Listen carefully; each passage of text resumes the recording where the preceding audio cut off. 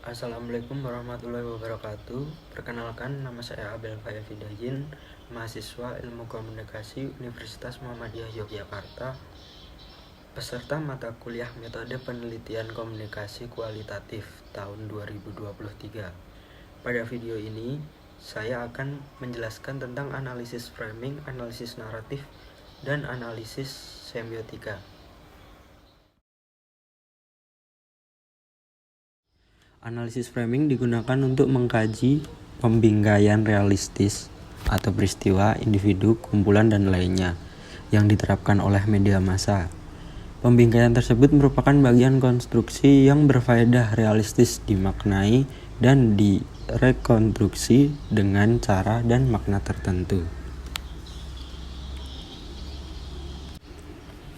Analisis framing juga bisa disebut suatu pendekatan yang digunakan untuk menganalisis cara penyajian informasi atau isu tertentu dengan tujuan mempengaruhi persepsi, pemahaman, dan penilaian audiens.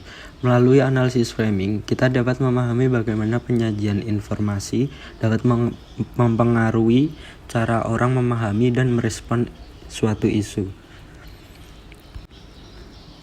Analisis framing memiliki beberapa komponen. Berikut komponen analisis framing. Yang pertama adalah framing device. Framing device adalah alat yang digunakan untuk membangun frame tertentu dalam komunikasi. Ini bisa berupa kata-kata, gambar, narasi, judul, atau elemen lain yang mempengaruhi bagaimana pesan disusun dan diterima. Berikutnya ada frame building. Frame building adalah proses di mana pengirim pesan memilih frame tertentu dan membangun narasi atau argumentasi yang sesuai dengan frame tersebut. Ini melibatkan pilihan kata, sudut pandang, penekanan, dan pengabaian yang mengarah pada pengaturan pesan dalam frame tertentu. Yang ketiga adalah frame setting. Frame setting adalah konteks sosial, politik, atau budaya di mana pesan di frame. Konteks ini mempengaruhi cara pesan diterima dan diinterpretasikan oleh audiens. Selanjutnya yang terakhir, frame sponsorship. Frame sponsorship merujuk pada pihak yang bertanggung jawab atas framing pesan. Ini bisa berupa individu, organisasi, media massa, atau kelompok kepentingan. Frame sponsorship memainkan peran penting dalam menentukan agenda dan sudut pandang yang disampaikan dalam framing. Manfaat dari analisis framing adalah memahami pengaruh media. Analisis framing membantu kita memahami bagaimana media memainkan peran penting dalam bentuk persepsi publik terhadap suatu isu. Dengan menganalisis frame yang digunakan oleh media, kita dapat mengidentifikasikan pola penyajian informasi dan memahami motif di baliknya. Manfaat yang lain dapat mengungkap kepentingan dan bias. Melalui analisis framing, kita dapat mengidentifikasikan kepentingan dan bias yang tersembunyi dalam penyajian suatu isu. Frame tertentu dapat digunakan untuk memperkuat sudut pandang tertentu, mengabaikan aspek-aspek lain, atau menciptakan narasi yang mendukung kepentingan tertentu. Dengan memahami framing yang digunakan, kita dapat mengenali dan mempertanyakan narasi yang terkandung di dalamnya. Selanjutnya, memahami efek psikologis. Analisis framing membantu kita memahami bagaimana penyajian informasi dalam suatu frame dapat mempengaruhi persepsi dan penilaian seseorang.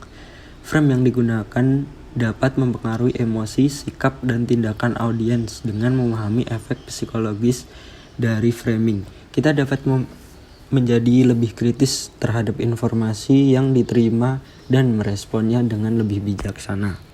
Melalui analisis framing, kita dapat memperluas perspektif kita terhadap suatu isu. Dengan mempelajari berbagai frame yang digunakan oleh berbagai pihak, kita dapat melihat isu dari berbagai sudut pandang. Ini membantu kita memahami kompleksitas suatu isu dan menghindari pemahaman yang sempit atau terpaku pada sudut pandang saja. Analisis framing juga dapat membantu meningkatkan literasi media kita dengan mampu mengidentifikasikan dan memahami framing yang digunakan oleh media. Kita dapat menjadi konsumen informasi yang lebih kritis dan cerdas. Kita dapat mempertanyakan narasi yang disajikan, mencari sumber informasi tambahan, dan membentuk pemahaman yang lebih komprehensif. Melalui analisis framing, kita dapat memahami bagaimana penyajian informasi dapat mempengaruhi cara orang memahami dan merespon suatu isu. Selanjutnya, saya akan menjelaskan tentang analisis naratif. Analisis naratif adalah salah satu bentuk dan jenis dari penelitian kualitatif yang menitik beratkan pada pengalaman individu dan menuliskannya kembali dalam bentuk kronologi naratif. Kata naratif sendiri berasal dari kata to narrate yang bermakna menceritakan atau menggambarkan sebuah peristiwa atau fenomena dengan detail. Analisis naratif merupakan metode penelitian yang berguna untuk memahami suatu teks berdasarkan narasi atau cerita yang dituturkan. Narasi-narasi yang dimaksud dapat misalkan sebagai novel, dongeng, cerpen, catatan sejarah, autobiografi, dan lain-lain.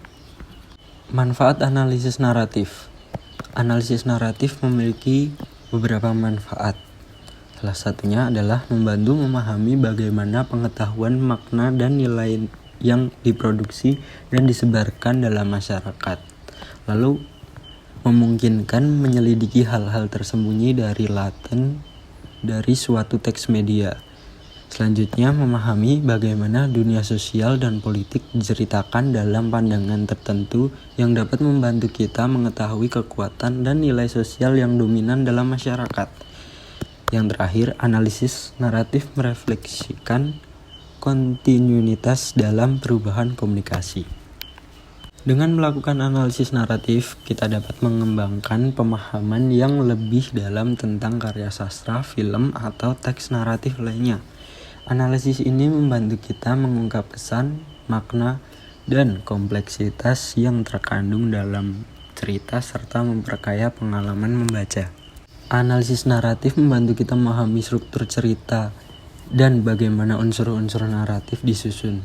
Kita dapat mengidentifikasikan elemen-elemen seperti plot, karakter, konflik, dan resolusi yang membentuk alur cerita. Hal ini memungkinkan kita untuk melihat hubungan antara bagian-bagian cerita dan menggali pola narasi yang digunakan. Lalu analisis naratif membantu kita mengungkap tema dan pesan yang terkandung dalam sebuah cerita. Dengan mempelajari elemen-elemen cerita dan perkembangan karakter, kita dapat mengidentifikasikan pesan atau nilai-nilai yang ingin disampaikan oleh penulis. Hal ini memungkinkan kita untuk memahami makna yang lebih dalam dari cerita tersebut. Lalu, analisis naratif memungkinkan kita untuk menjelajahi karakter-karakter dalam cerita. Kita dapat menganalisis perkembangan karakter dari awal cerita hingga akhir, mengidentifikasikan motivasi dan perubahan yang dialami oleh karakter, serta memahami kompleksitas karakter-karakter tersebut. Melalui analisis naratif, kita dapat mengapresiasi karya seni dan kreativitas penulis atau pembuat film. Kita dapat memperhatikan gaya penulisan, penggunaan bahasa, struktur cerita yang unik, dan inovasi lainnya yang ada di dalam cerita. Hal ini membantu kita menghargai keindahan dan kompleksitas karya-karya naratif. Dengan melakukan analisis naratif, kita dapat mengembangkan pemahaman yang lebih dalam tentang karya sastra, film, atau teks naratif lainnya. Analisis ini membantu kita mengungkap pesan, makna, dan kompleksitas yang terkandung dalam cerita serta memperkaya pengalaman membaca. Yang terakhir, saya akan menjelaskan tentang analisis semiotika. Analisis semiotika adalah suatu metode analisis yang digunakan untuk mengkaji suatu tanda, seperti tanda-tanda dalam kehidupan sehari-hari. Secara etimologis, istilah semiotika berasal dari kata Yunani semion, yang berarti tanda. Tanda itu sendiri diidentifikasikan sebagai suatu yang atas dasar konvensi sosial yang terbangun sebelumnya dapat dianggap mewakili sesuatu yang lain. Secara terminologis, semiotika dapat didefinisikan sebagai ilmu yang mempelajari sederetan luas objek-objek, peristiwa-peristiwa, seluruh kebudayaan sebagai tanda. Van Joes mengartikan semiotika sebagai ilmu tanda atau sign, dan segala yang berhubungan dengan cara berfungsinya hubungan dengan kata lain. Secara singkat, analisis semiotika merupakan cara atau metode untuk menganalisis dan memberikan makna-makna terhadap lambang-lambang yang terdapat pada suatu paket, lambang-lambang pesan atau teks. Teks yang dimaksud dalam hubungan ini adalah segala bentuk serta sistem lambang, baik yang terdapat pada media massa, seperti berbagai paket tayangan televisi, karikatur media cetak, film, sandiwara, radio, dan berbagai bentuk iklan, maupun yang terdapat di luar media massa seperti karya lukis, patung, candi, dan monumen.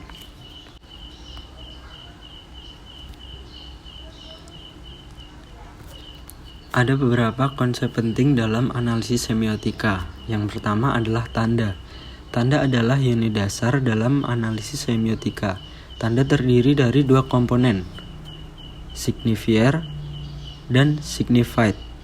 Signifier adalah bentuk fisik dari tanda seperti kata, gambar, atau suara, sedangkan signified adalah konsep, makna, atau ide yang dikaitkan dengan signifier. Misalnya, kata meja adalah signifier yang mengindra kepada objek meja. Selanjutnya ada denotasi dan konotasi. Denotasi adalah makna literal atau deskriptif yang terkait dengan suatu tanda.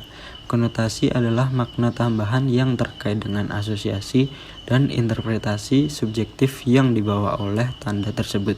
Misalnya, denotasi dari gambar bunga. Contohnya adalah tanaman berbunga, tetapi konotasi dalam mencakup makna seperti keindahan, kesegaran, atau kehidupan. Lalu yang ketiga ada kode. Kode adalah sistem simbolik yang digunakan dalam suatu budaya atau konteks tertentu. Kode terdiri dari aturan dan konvensi yang mengatur penggunaan tanda-tanda dalam suatu konteks. Contohnya, kode bahasa adalah sistem simbolik yang digunakan untuk menyampaikan makna melalui kata-kata.